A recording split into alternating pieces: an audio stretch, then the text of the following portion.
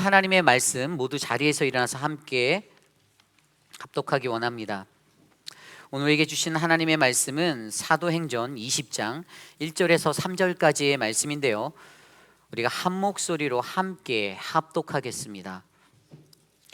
신약성경 222페이지 한 목소리로 합독합니다. 소요가 그침에 바울은 제자들을 불러 고난 후에 작별하고 떠나 마게도냐로 가니라. 그 지방으로 다녀가며 여러 말로 제자들에게 권하고 헬라에 이르러 거기 석 달 동안 있다가 배에 타고 수리아로 가고자 할 그때에 유대인들이 자기를 해하려고 공모함으로 마게도냐를 거쳐 돌아가기로 작정하니. 아멘. 거룩하신 하나님의 말씀입니다. 모두 자리에 앉으시겠습니다. 우리 권혁빈 목사님께서 나와주셔서 아직도 가야 할 길이라는 말씀의 제목으로 말씀 나누실 때 큰 은혜 받으시기를 바랍니다.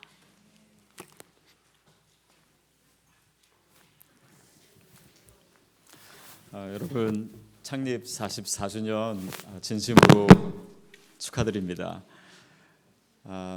저도 개척을 해보니까 교회가 하나 세워지기 위해서 얼마나 많은 헌신과 노력과 눈물과 기도가 필요한지 이제 조금씩 느끼고 있는 것 같습니다.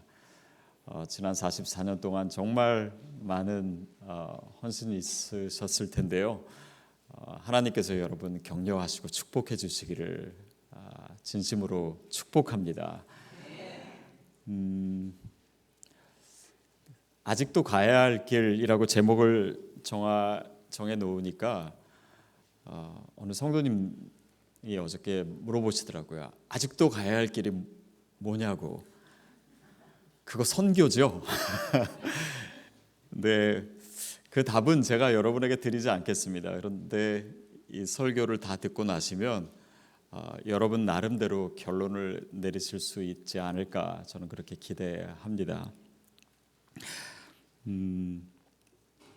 우리 1절 2절 말씀을 보면 소요가 그침에 이렇게 나와 있어요. 이 소요가 무슨 소요냐면 사도 바울이 3차 전도 여행을 하면서 에베소에서 어려움을 당했습니다. 그 어려움은 그가 복음을 전하니까 사람들이 막 예수를 믿게 되고, 그러다 보니까 에베소에 있던 아데미 신전 에 있는 그 아데미 조각을 만들던 사람들의 생업에 약간 손해가 생기게 된 겁니다. 왜냐하면 사람들이 우상을 버리니까요.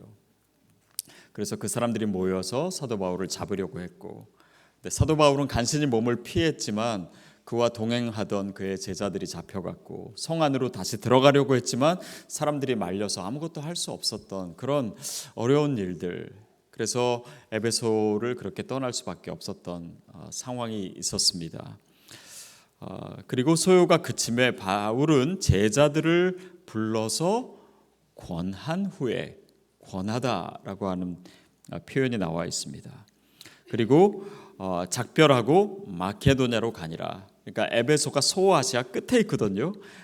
그래서 마케도냐 지방, 지금으로 하면은 남유럽 지방입니다. 거기에는 뭐 데살로니가도 있고 베레아도 있고 빌립보도 있고 그 지역을 지나서 한참 내려오게 됩니다. 그리고 내려와서 그리스 지방까지, 이제 고린도까지 오게 된 것이죠. 자, 그러면서 또 나와 있습니다. 그 지방으로 다녀가며 여러 말로 제자들에게 권하고. 여러분, 여기서 이 권하다라고 하는 말을 어떻게 해석하느냐가 굉장히 중요합니다. 헬라어로는 파라클레시스라고 하는 단어인데요, 크게 두 가지 뜻이 있습니다. 하나는 exalt라고 하는 뜻이 있어요. 훈계하다, 지적하다, 조언하다라고 하는 뜻이 있고, 또 하나는 격려하다, 위로하다라고 하는 뜻이 있습니다. 한번 생각해 보십시오. 사도 바울이 오랜만에 자신이 처음에 교회를 개척했던, 그래서 그 성도님들을 다시 만나서 너무 반갑고 그 사람들을 만나서 훈계하고 지적했을까요? 아니면 위로하고 격려했을까요? 그렇죠. 근데 어떤 분은 이것을 훈계한다라고 생각해서 이렇게 다른 사람을 늘 지적하고 이렇게 훈계하는 것을 자기의 사명으로 생각하는 분이 있어요. 근데 사실 그것이 별로 도움이 안 될 때가 많습니다. 사실 이 권하다라고 하는 단어는요, 단지 위로 격려일 뿐 아니라 사도 바울이 지금 사역하고 있는 그 모든 것을 한마디로 집약한 게 바로 파라클레시스입니다. 그리고 여기에는 위로 격려의 뜻도 있지만요, 오늘 임직식을 하시는데 권사님 있죠, 권사의 헬라어도 파라클레시스입니다. 그러니까 권사라고 하는 직분을 통해서 뭘 해야 되는지를 우리가 감을 잡으실 수 있겠죠. 자, 그렇게 해서 사도 바울이 그렇게 위로하고 격려하는 여정을 계속 갖고 있습니다. 그게 사실은 복음 전하는 것이었고 또 성도들을 방문하는 것이었고 사도 바울의 사역이었습니다. 그리고 나서 3절 말씀 우리 다시 한번 읽을까요? 이제 그리스에서 거기 거하는 것입니다. 시작. 거기 석 달 동안 있다가 배 타고 수리아로 가고자 할 그때에 유대인들이 자기를 해하려고 공모함으로 마게도냐를 거쳐 돌아가기로 작정하니. 자, 굉장히 긴 여정이었습니다. 에베소를 떠나서 이 마케도냐 지방을 지나서 그리스까지 내려와서 고린도에 있는데 거기서 수리아로, 지금의 시리아 지방으로 가려고 했습니다. 근데 거기를 가려면 가장 좋은 방법이 배를 타는 것입니다. 배를 타면 사실 며칠 만에 갈 수 있는데 유대인들이 또 사도 바울을 잡아오려고 하는 거예요. 그러니까 배를 타는 데를 그 길목을 지키고 있기 때문에 배를 탈 수가 없습니다. 그래서 다시 걸어서 왔던 길을 돌아가야 되는 상황입니다. 그러니까 또 마게도냐를 거쳐서 또 먼 길을 다시 걸어야 되는. 그러니까 사도 바울은 사역하는 데 있어서 자기 계획대로도 되지 않고 또 에베소에서 큰 어려움을 당했고 늘 자기를 잡으려고 하고 죽이려고 하는 사람들이 있고 정말 주님의 일을 감당하는 데 있어서 그의 삶에는 어려움과 고난이 끊이질 않았습니다.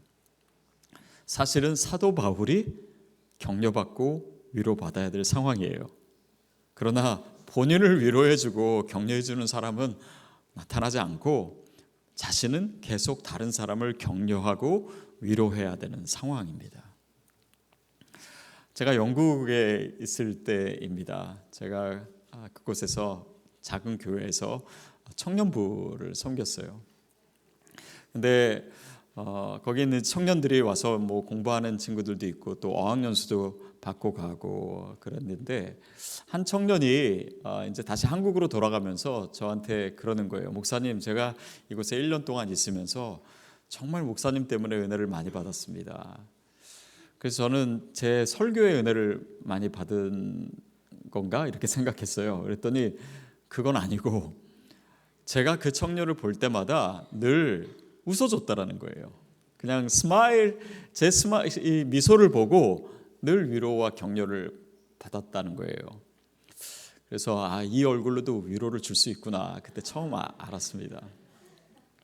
근데 그때 삶을 생각해 보면 저는 사실 그렇게 웃을 만한 상황이 아니었습니다. 뭐 말씀드렸듯이 그때 IMF 때여서 재정적으로도 굉장히 어려웠고 또 많은 일을 했어야 되고 또 뭐 결혼하자마자 갔으니까 제 아내도 새로운 삶에 적응하느라고 힘들었고 또 가자마자 또 아기 임신해가지고 키우느라고 우리 정신 없었고 또 공부도 이렇게 막혀가지고 논문이 잘 안 뚫릴 때도 너무 많았었고 뭐 교회는 교회들대로 바쁘고 그래서 웃을 만한 상황이 아니었는데 저는 웃어야 됐습니다. 그렇죠? 또 목회자가 그렇게 해야 되잖아요. 이 정신의학 용어 중에요, 스마일 마스크 신드롬이라고 있습니다. 이게 뭐냐면요, 겉으로는 웃고 있는데 속으로는 울고 있는 거예요. 그래서 이 일종의 우울증입니다. 한국말로는 가면성 우울증이라고도 하는데 직업상 겉으로는 이렇게 남에게 잘해줘야 되고 서비스를 해야 되고 또 즐거운 표정을 지어야 되지만 속으로 내 삶은 그것과 전혀 다른 그 간격으로 말미암아 생기는 일종의 마음의 질병입니다. 그래서 뭐 연예인도 많이 걸리고 또 그런 서비스 업종에 봉사하는 분들도 많이 걸리는데 저는 그 중에 최고가 목사가 아닐까 싶습니다. 힘들어도 성도님들 앞에서 늘 웃어야 되고 또 심지어는 집에서 부부싸움을 하고 왔는데 주일날은 웃으면서 설교해야 되고 제 아내는 저쪽에서 째려보고 있고 근데 여러분도 그럴 때 있지 않습니까? 겉으로는 웃고 있는데 속은 너무나 힘든 또 누군가를 위해서 정말 중보기도도 하고 심지어는 아마 기도해서 그 사람의 병이 낫기도 하고 뭐 그럴 때도 있는데 실제로 나는 늘 몸이 아픈 기도의 응답도 안 되는 다른 사람을 도와주고 또 뭐 그렇게 도네이션도 하기도 하는데 실제로 내 사업은 너무나 큰 위기 가운데 있는 여러분 그럴 때 여러분은 어떻게 하십니까? 그렇게 마음이 지치고 힘들 때 여러분은 어떻게 그 문제를 해결하십니까? 사도 바울도 그렇게 지치고 힘들고 하는 일마다 잘 안 되고 위기는 그치지 않고 그리고 계속해서 이 먼 여행을 가야 되고 위로해 주는 사람도 없고 격려해 주는 사람도 없었습니다. 여러분 이 파라클레시스라고 하는 단어는요. 파라라고 하는 접두어가 있는데 이것은 누구누구 옆에라고 하는 뜻입니다. 클레시스라고 하는 단어는 칼레오라고 하는 동사에서 와요. 근데 그 동사의 뜻은 부르다라고 하는 뜻입니다. 그러니까 누군가 내 옆에서 나를 부르고 있는 거예요. 누군가 나에게 말해주고 있는 것입니다. 그런데 이 단어와 굉장히 비슷한 단어, 우리에게 조금 더 익숙한 단어가 있는데 보혜사 성령님 할 때 그 보혜사가 바로 파라클레토스입니다. 그러니까 그 성령님이 내 옆에 계시고 내 옆에서 나에게 격려해 주시고 위로해 주시는 그 음성, 그것이 오늘 우리에게 필요합니다. 사역자로 살다 보면은 참 마음이 어려울 때가 많습니다. 정말 의미 있는 일을 해보겠다고 다른 길을 포기하고 이렇게 목사가 되었는데 많은 경우에 정말 저 자신의 부족함을 많이 느끼고 또 정말 성도님들의 삶에 변화를 일으키고 능력이 있는 그런 설교를 하고 싶은데 그렇지 못할 때도 많고 또 정말 열심히 한다고 하지만은 교회가 생각외로 부흥되지 않을 때도 있고 그런 어려움 가운데 있을 때 우리는 내가 나에게 그런 좀 능력이 있었으면 좋겠다. 그런 결과들이 좀 있으면 좋겠다. 그러나 사역자에게 가장 중요한 것은요. 그렇게 눈으로 나타나는 결과나 또 나의 능력이 아니라 내가 그 상황에서 하나님의 음성을 들을 수 있는가입니다. 또 우리 모든 성도님들도 마찬가지예요. 거기서 내가 사람들의 위로와 격려를 받으려고만 한다면요. 그것은 늘 나를 더 목마르게 해요. 사람의 인정을 받으면 받을수록요. 우리는 더 원합니다. 나중에는 중독돼요. 중독되면요. 금단 현상까지 옵니다. 사람의 칭찬을 받고 위로를 받고 격려를 받기 위해서는 수단과 방법을 가리지 않는 것이 바로 그것이에요. 그런데 그때 정말 하나님이 나를 위로해 주시는 그 음성을 우리가 들을 수 있다면 우리가 그때 일어설 수 있습니다. 제가 미국에 오기 전에 이제 하던 사역을 내려놓고 조금 시간이 있어서 한 기도원에 갔습니다. 그래서 기도를 하면서 주님께 이렇게 간구했어요. 제가 기도실에 들어가서 하나님 제가 여기 며칠 동안 있을 텐데 지금부터 기도를 시작하겠습니다. 근데 하나님 저에게 음성을 들려주세요. 제가 이제 그때 이제 40대 뭐 막 되자마자였고 제가 이제 앞으로 제 인생의 후반전을 살고 또 앞으로 사역을 미국 가서 할 텐데 하나님 제가 평생을 붙들 수 있는 그 말씀, 그 음성을 저에게 들려주세요. 그 음성을 듣기 전에는 제가 절대 이 자리에서 일어서지 않겠습니다. 그렇게 주님 앞에 비장한 각오를 가지고 기도했습니다. 그리고 1시간을 기도했어요. 근데 아무 음성이 없는 거예요. 그래서 또 1시간을 기도했습니다. 음성이 없었어요. 그래서 3시간을 기도했습니다. 그러니까 좀 걱정이 되기 시작하더라고요. 아니, 제가 절대 안 일어난다고 얘기는 했는데 지금 밤은 너무 깊었고 이제는 좀 무릎도 너무 아프고 이제 좀 피곤하고 졸리고 어떻게 하지 하다가 주님께 다시 기도를 했어요. 주님, 제가 오늘은 일어나겠습니다. 그렇지만은 내일 다시 와서 기도할 때 그때는 하나님의 음성 꼭 들려주세요. 그렇게 다시 기도를 하고 숙소로 와서 잤습니다. 그리고 그 다음날 아침에 일어났어요. 일어났는데 이렇게 눈을 감고 있으니까 거기가 이제 산속에 있어서 그런지 이렇게 잔잔한 물소리가 들리는 거예요. 그래서 소리가 참 좋다 이렇게 듣고 있는데 계속 듣고 있으니까 그게 물소리가 아닌 거예요. 나중에 알고 보니까 그 주변에는 개울 같은 게 없었습니다. 근데 그 물소리에 뭔가 의미가 담겨져 있는 언어였어요. 그래서 이게 무슨 의미지? 무슨 의미지? 제가 계속 귀를 기울였습니다.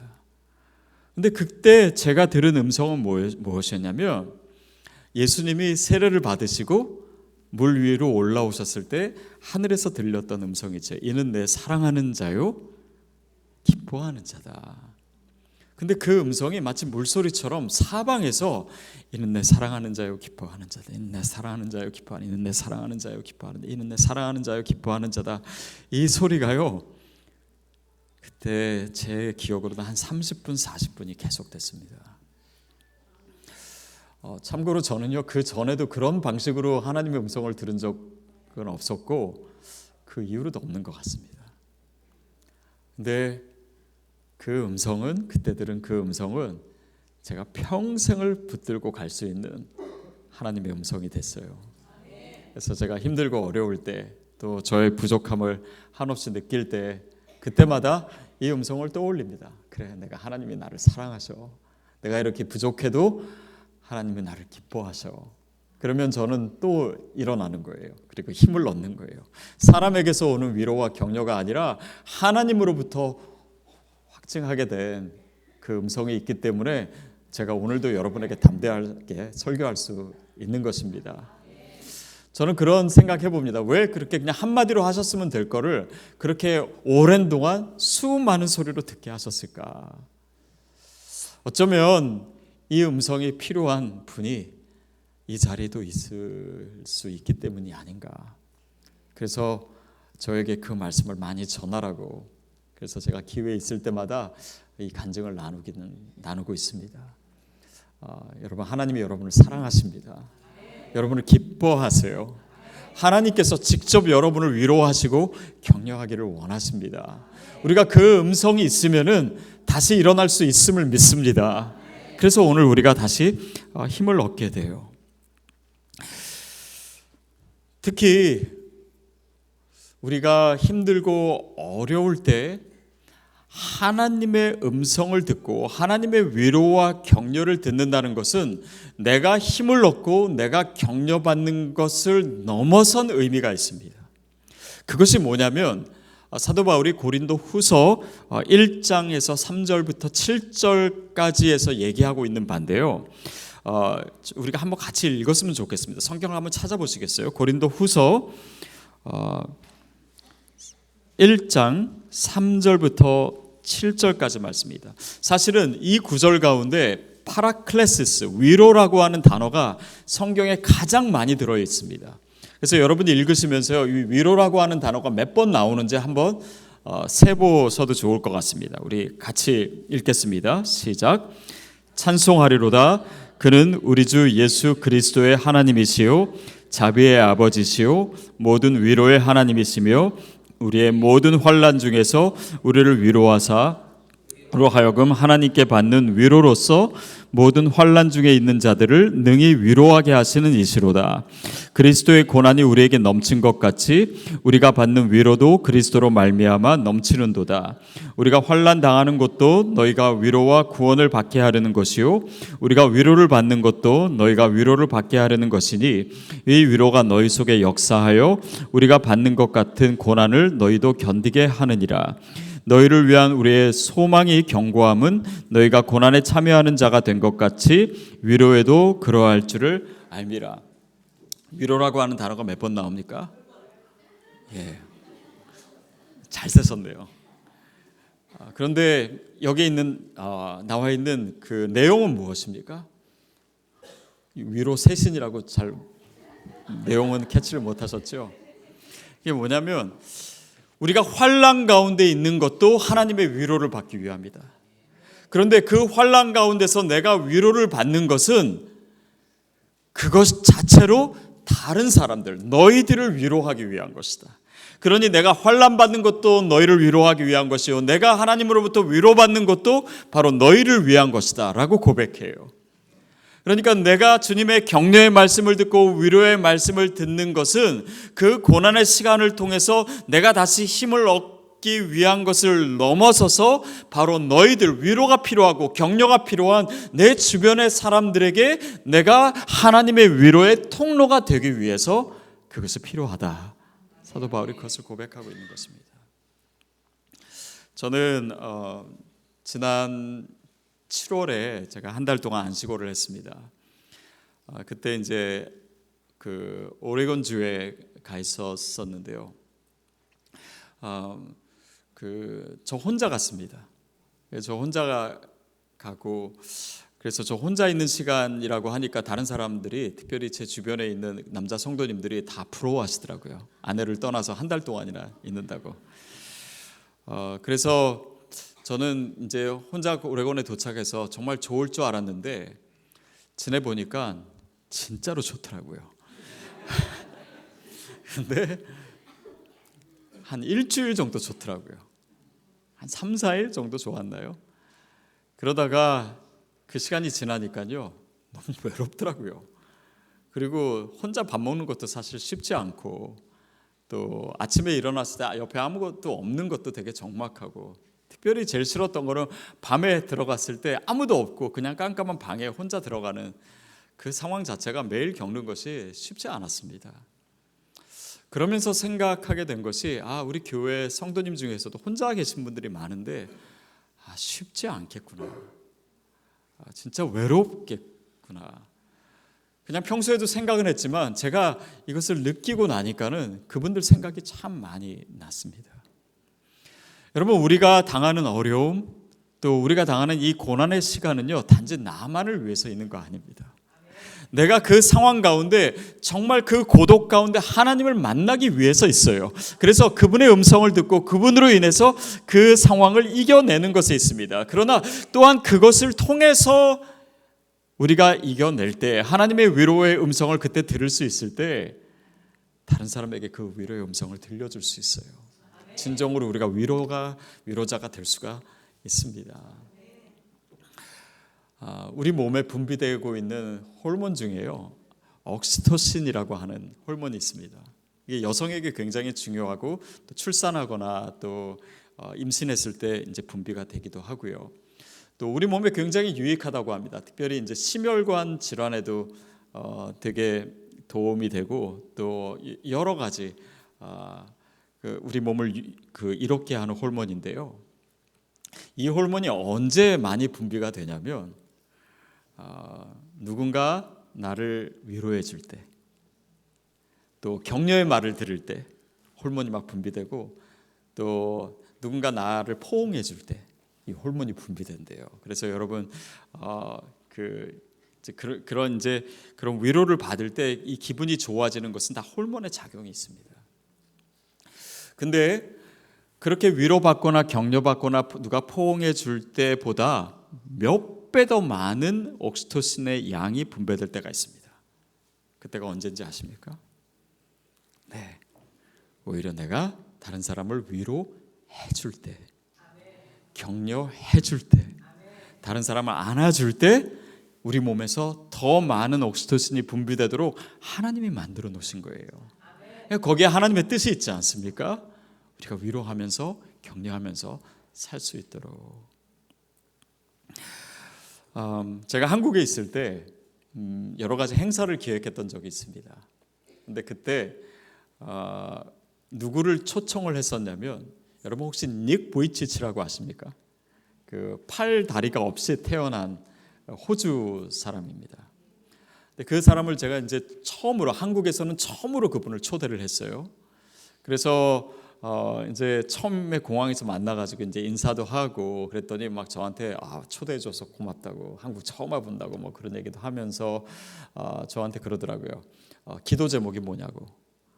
그래서 제가 얼떨결에 기도 제목을 몇 개 얘기해줬더니 자기가 안수기도를 해주겠대요. 근데 그게 이제 닉한테는 조크였습니다. 왜냐하면 자기 손이 없는데 안수기도를 할 수가 없잖아요. 근데 뭐 그런 식으로 해가지고 이제 며칠 동안 교제를 했어요.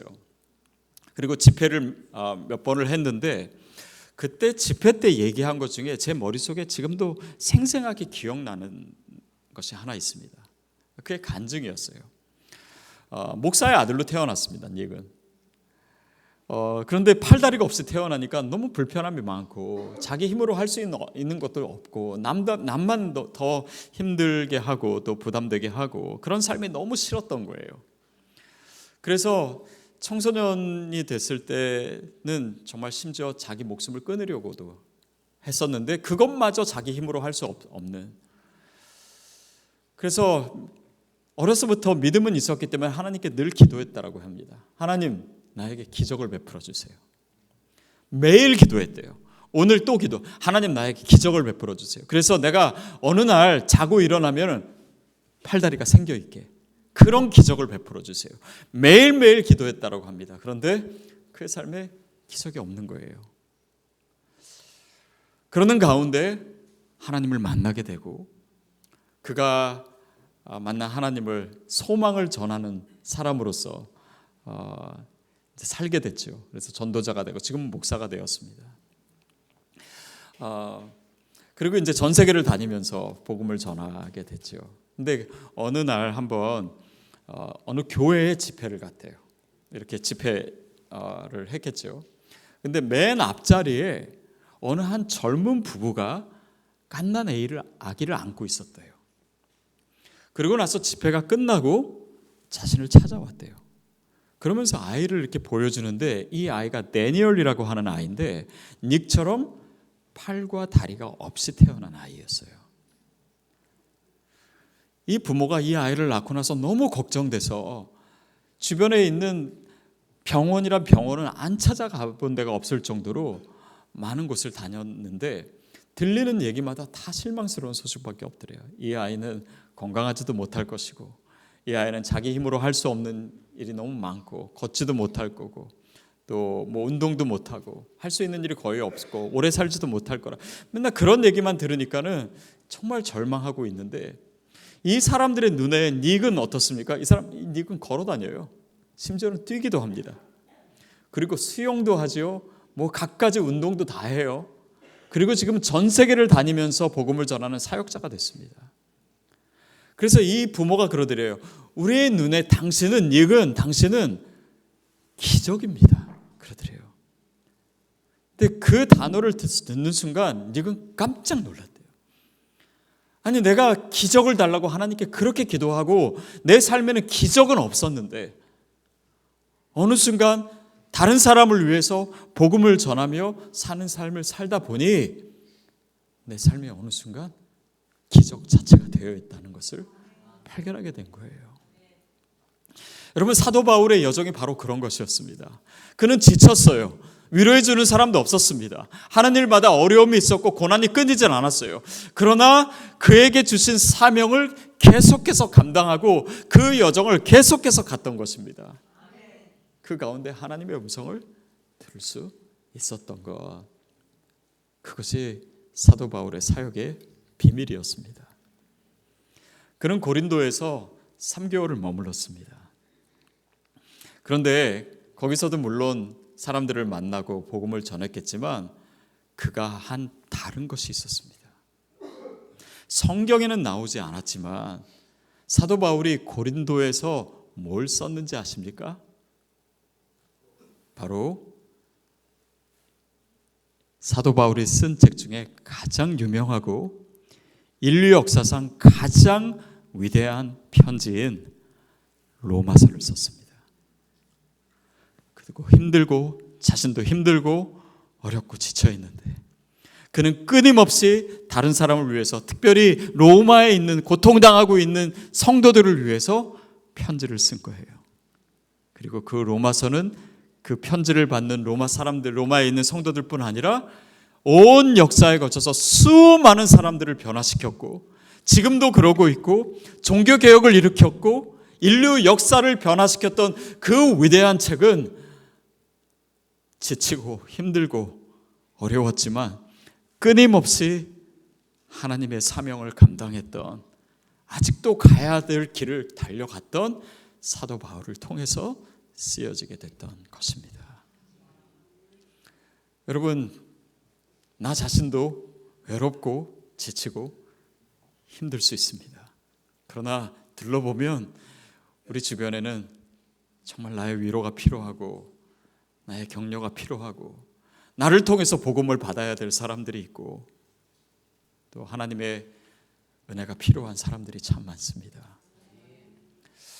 페이빌 한인 장로교회가 지금까지 오기에 정말 많은 헌신들이 있었습니다. 그러나 지난 44년도 그렇게 달려왔지만 앞으로 가야 될 길이 있습니다. 또 여러분의 인생에 있어서 각자가 가야 될 그 믿음과 헌신의 길이 있습니다. 여러분, 지쳤다고 그것을 포기하지 마십시오. 긴 여정을 가야 된다고 여러분 낭망하지 마십시오. 오직 하나님으로부터 오는 그 위로와 격려가 우리로 하여금 이 길을 계속해서 달려가게 만드실 줄 믿습니다. 그 힘과 그 위로와 그 격려를 오늘 저와 여러분에게 하나님께서 부어주시기를 원하시고 이 시간을 통해서 그 하나님의 위로와 격려가, 그 음성이 우리의 심령 가운데 가득 찰 수 있게 되기를 주님의 이름으로 축복합니다.